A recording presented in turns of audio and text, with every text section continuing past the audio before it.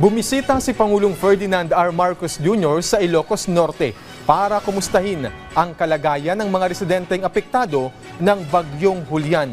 Ipinag-utos naman ni Pangulo na tugunan ang water pollution sa lugar. Si Kenneth Pasyente sa sentro ng balita. Sa pagbisita ni Pangulong Ferdinand R. Marcos Jr. sa Ilocos Norte, personal niyang inalam ang pinsalang idinulot ng Bagyong Julian. Nalaman ng Pangulo na isa sa dahilan ng pagbaha sa ilang lugar sa probinsya nitong nagdaang bagyo ay ang siltation. Bagay na dapat anyang agad matugunan para maiwasan ang ilang environmental issues. Ang gulat ko nung lumilipad kami, grabe na pala ang siltation dito. We have to do something. But we'll figure something out. I'll talk to whoever we can talk to who can help us, because when I don't remember the rivers being that shallow before. I've never seen them this shallow in all the time that I spent here in Ilocos.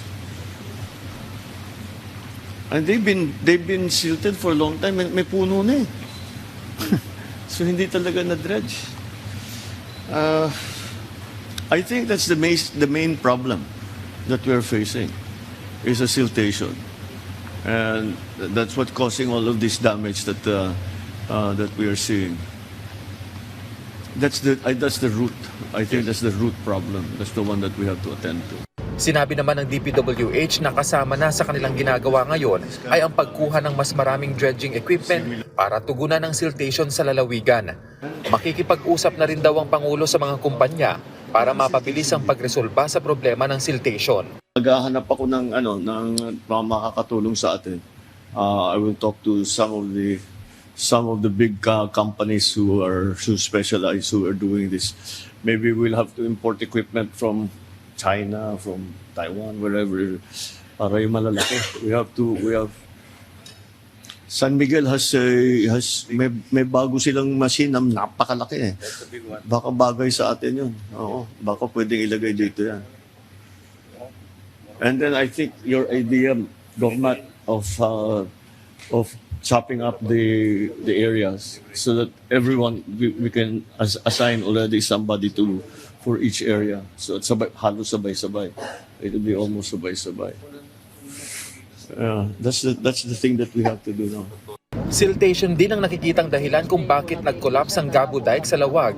Sa Lawag City na personal ding ininspeksyon ng Pangulo. Kaya naman inatasan na ng punong ehekutibo ang DPWH na agad isaayos ito. Imbis na slope protection naman, lalagyan namin ng kalsada.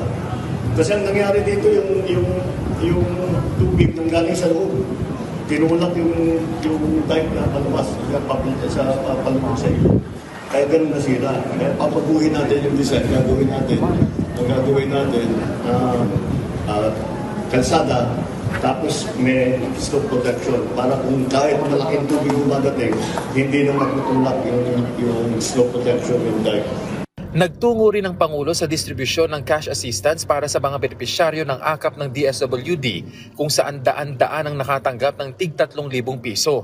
Dito rin niya inihayag na simula Lunes ay mamamahagi na ang DSWD ng 10,000 pesos na cash assistance sa mga kwalipikadong individual na apektado ng bagyo. Nagbigay din ang Pangulo ng 100 million pesos sa lokal na pamahalaan ng Ilocos Norte para magamit sa kanilang rehabilitation efforts. Kenneth Pasyente para sa Pambansang TV sa Bagong Pilipinas.